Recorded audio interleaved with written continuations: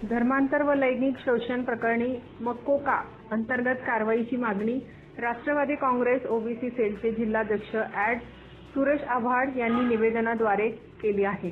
नाशिकमध्ये बहुचर्चित ठरत असलेल्या कथित धर्मांतर व लैंगिक शोषण प्रकरणी कठोर कारवाई करण्याची मागणी राष्ट्रवादी काँग्रेस पार्टीच्या ओबीसी सेलतर्फे करण्यात आली आहे।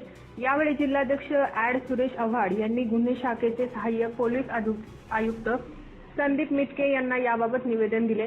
निवेदनात म्हटले आहे की शहरातील एका आयटी कंपनीत काही महिला व मुलींचे लैंगिक शोषण केल्याचे तसेच काही कर्मचाऱ्यांवर धर्मांतरासाठी दबाव आणण्याचे गंभीर आरोप समोर आले आहेत। या प्रकरणाचे धागेदोरे परदेशापर्यंत विशेषतः मलेशियापर्यंत पोहोचल्याचे समोर येत असल्याने प्रकरणाची व्याप्ती व गांभीर्य अधिक वाढले आहे।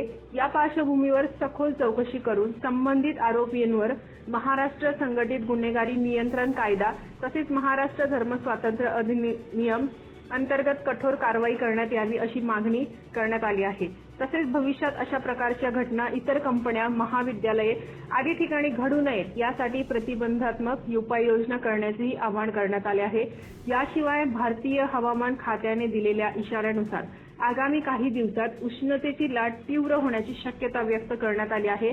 या पार्श्वभूमीवर दुपारच्या वेळेत शहरातील सिग्नल व्यवस्था तात्पुरती बंद ठेवून वाहन चालकांना दिलासा द्यावा अशी ही मागणी निवेदनाद्वारे करण्यात आली आहे।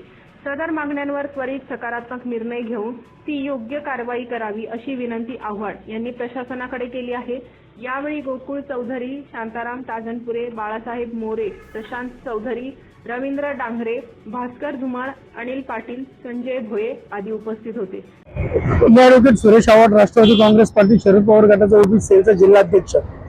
आज आपण बघतो आहोत की नाशिकमध्ये गेल्या काही दिवसांपासून कायदा सुव्यवस्था शिल्लक राहिली की नाही हा एक मोठा प्रश्न निर्माण झालेला आहे।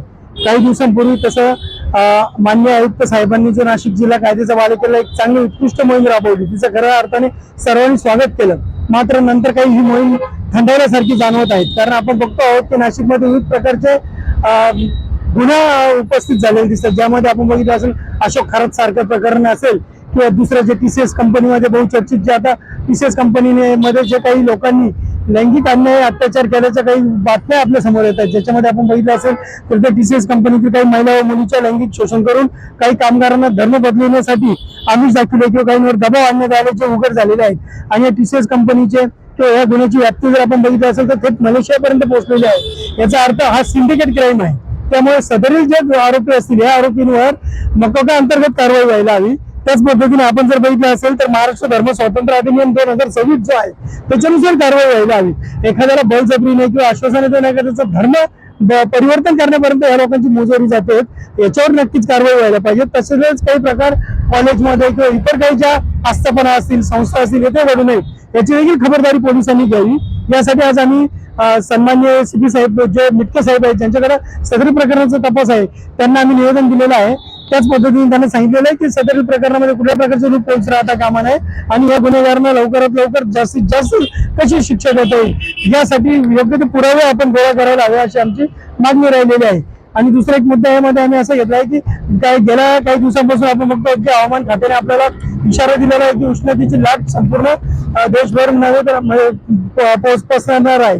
आणि या लाटेमध्ये आज दुपारची सिग्नल व्यवस्था ही काही लोकांना घातक ठरते, त्यामुळे दुपारी सिग्नल जे असतील ते बंद करण्यात यावे अशी आमची मागणी या निमित्ताने राहिलेली आहे। स्टार न्यूज साठी मोहसिन पठाण, नाशिक।